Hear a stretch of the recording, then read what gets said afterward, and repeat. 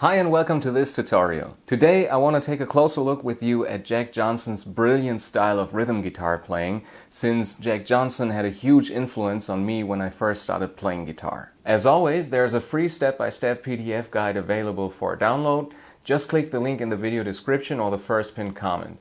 With that guide, you'll be able to master this technique and the whole song in no time. Jack Johnson's rhythm style is hugely influenced by Jimi Hendrix, but he also understood from the start, like few other songwriters before him, how to cleverly incorporate percussive elements, mostly known from funk, into his playing. The rhythm for his debut single Flake fascinated me so much back then that I completely internalized it and used it as the basis of my early funk, rock and metal ideas. So let's take a closer look at what Jack is actually doing here. Flake is played at a medium tempo of 98 BPM, uses only bar chords and is in the key of D minor. I'll also go into more detail about this key and its chords for those of you who enjoy diving into music theory.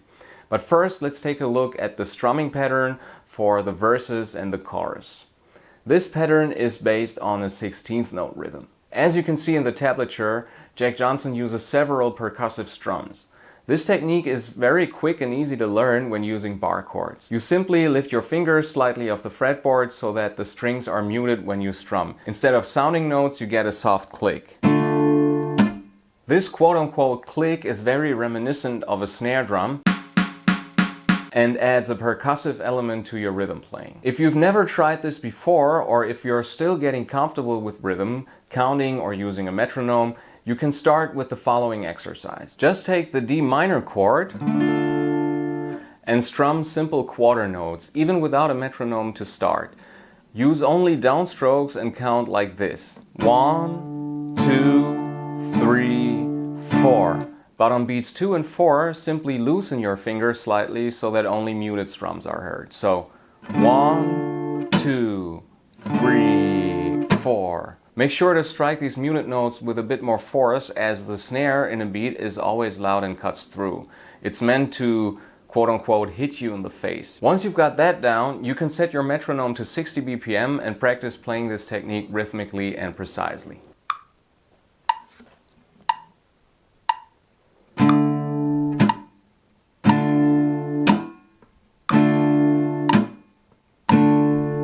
As the next step, try the same thing with eighth notes.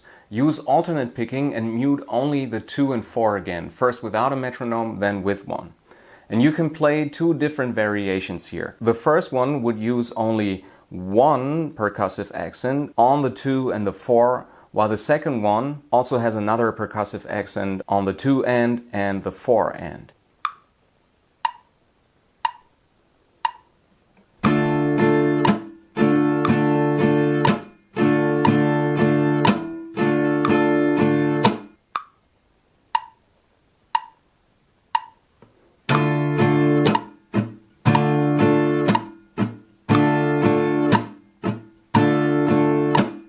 For beginners, I'd recommend increasing the tempo and steps of maybe 10 beats per minute before attempting 16th note rhythms. You can actually play 3 different variations of this.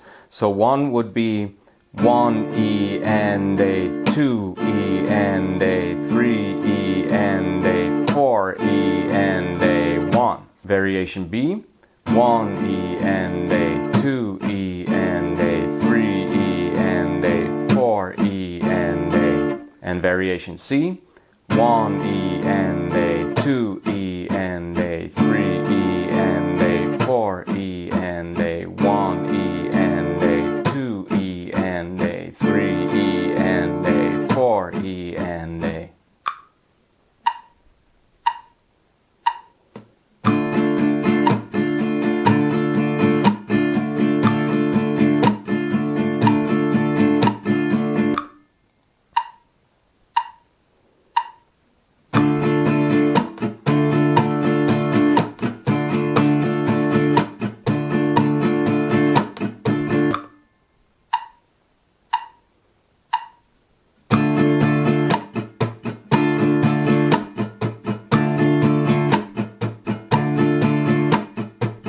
From experience, I can say that counting out loud and playing slowly without a metronome first is a great way to learn new techniques faster.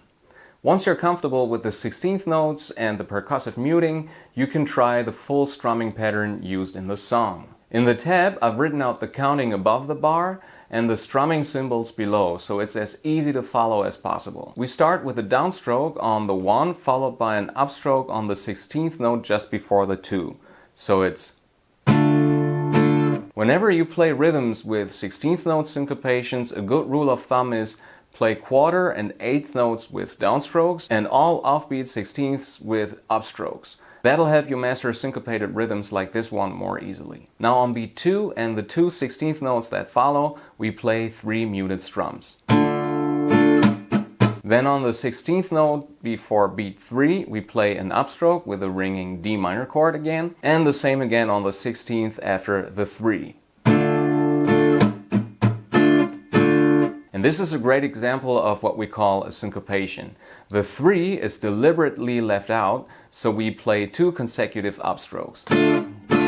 If you were to play one of those strums as a downstroke instead, it would likely throw off the whole rhythm. The next ringing chord lands on the 16th before beat 4 again with an upstroke, and from beat 4 onward we play all accent as muted strums. So this is the entire pattern.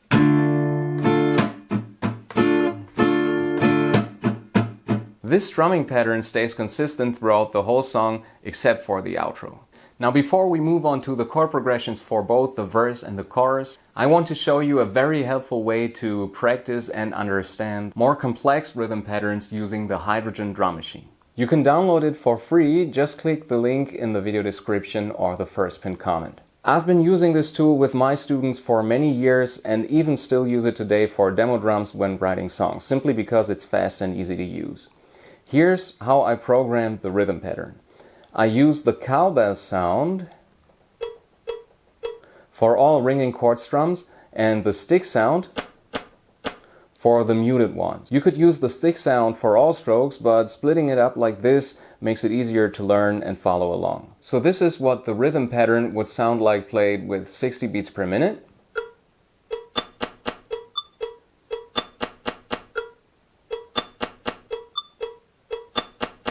And with 98 beats per minute.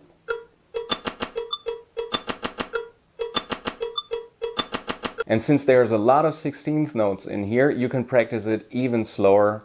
Just make sure to also turn on the metronome up here, because later on you also want to practice playing this with just the metronome and without the help from these two elements here. Now I'll play the rhythm with a D minor chord, first slowly at 60 BPM, then at the original tempo of 98 BPM.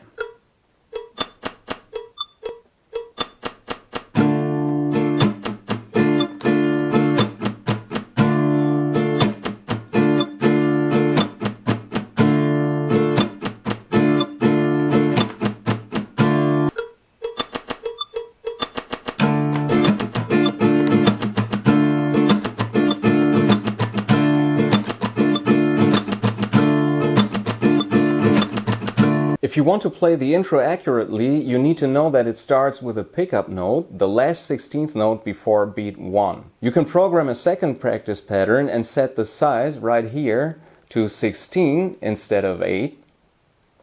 And now you have an 8/4 bar and can enter the same strumming pattern starting on beat 5 with the pickup at the end of beat 4. This gives you the opportunity to loop that tricky pickup and really lock it in. Also remember to turn on the metronome here because you need it as a count-in. 1, 2, 3, 4. 1, 2, 3, 4. 1, 2, 3, 4. Let's take a look at the rest of the song. As mentioned earlier, this song is in the key of D minor. It's important for rhythm and lead guitarists alike to learn how to harmonize a scale, that is, how to play it using chords. Rhythm guitarists can learn which chords go well together and use this knowledge to greatly improve their songwriting or to learn songs a lot quicker. Lead players, on the other hand, can better target the quote-unquote right notes in their improvisations and solos. Because depending on the chord being played, the quote-unquote right notes are always changing. If you're just running through memorized scales or patterns, things can often sound off even though you're in the right key. So you really have nothing to lose by also learning a bit of music theory while learning new songs. The D minor scale contains the notes D, E, F, G, A, B flat or A sharp, and C. So the chords we use must only contain these notes. I won't go too deep into theory here as it would go beyond this video's scope, but if you'd like to learn more, check out my Guitar Accelerator course. It includes tons of lessons on rhythm guitar, music theory, and lead and solo playing, so you can systematically improve all your skills at once. Just click the link in the description to get a free 2-week trial membership. Here are the 7 chords that belong to the D minor scale. In Flake, Jack Johnson uses almost all of them, except for the diminished E chord. And he also replaces the A minor chord with an A major chord. So this is the verse chord progression. We use D minor, F major, A sharp or B flat major, and then go back to F major. In terms of degrees, this is a 1, 3, 6, 3 chord progression. And once you've nailed the rhythm with the D minor chord, the rest of the verse becomes much easier to play. Just keep these 2 things in mind. Jack Johnson never plays the full bar chords across all 6 or 5 strings. He usually sticks to just the bottom 4 strings. That gives a tighter sound, works better with the muted strums, and saves energy. So you play D minor like this, F major like this, A sharp major like this, and then you repeat that. And then you use the last 4 muted strums of each bar to change chords smoothly and without interruption. If you do that, everything will fall into place more quickly.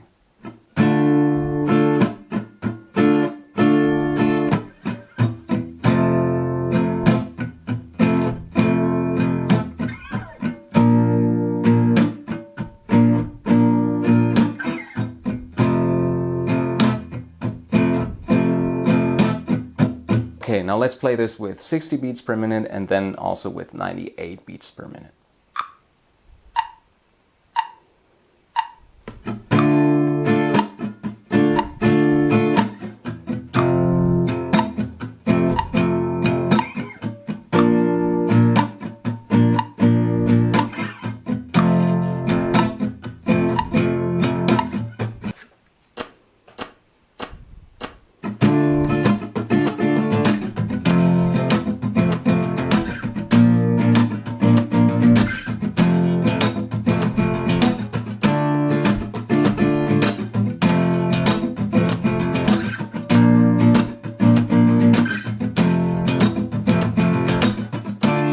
When you go from the verses into the chorus, just replace the final F chord with a C major chord. So you play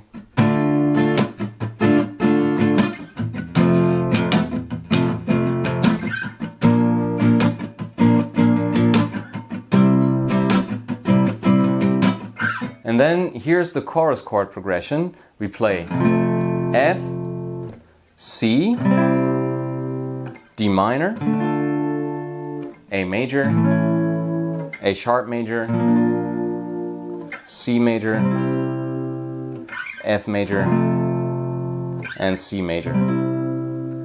And we'll play the first chorus 2 times and the second chorus 3 times. Jack switches here from the D minor scale to F major.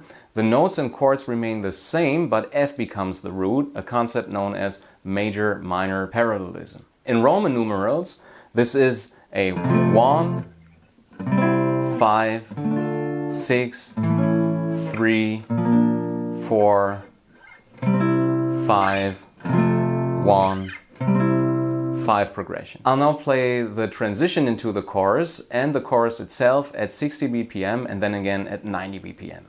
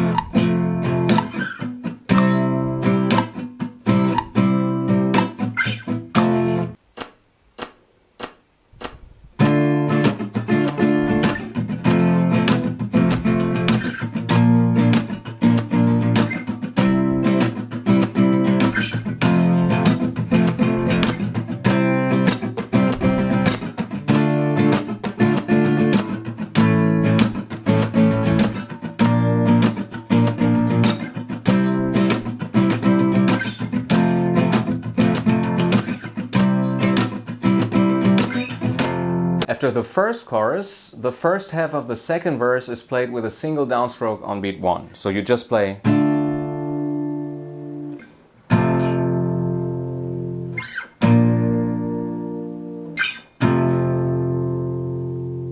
And repeat that. The second half returns to the original groove, and then comes the second chorus, which is played 3 times.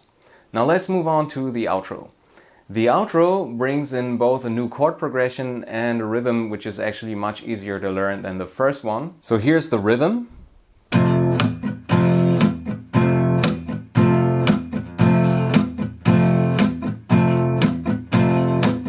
And here's the chord progression. It's F, A sharp, F, C, F, A sharp, C, A sharp, and F. And this section is also played 3 times. I'll just play this part for you with 98 beats per minute since it's a lot easier to learn.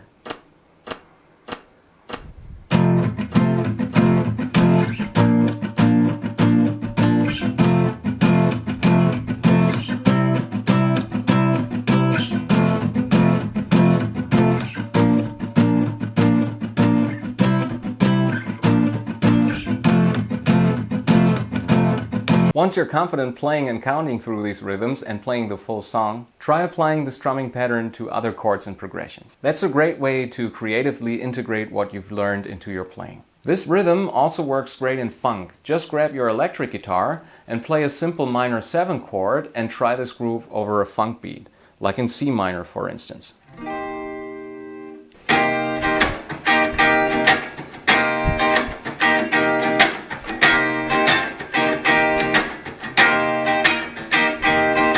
But you can also apply this percussive style to rock or metal. And with a little more experience, you can also start leaving out or adding in hits for variety.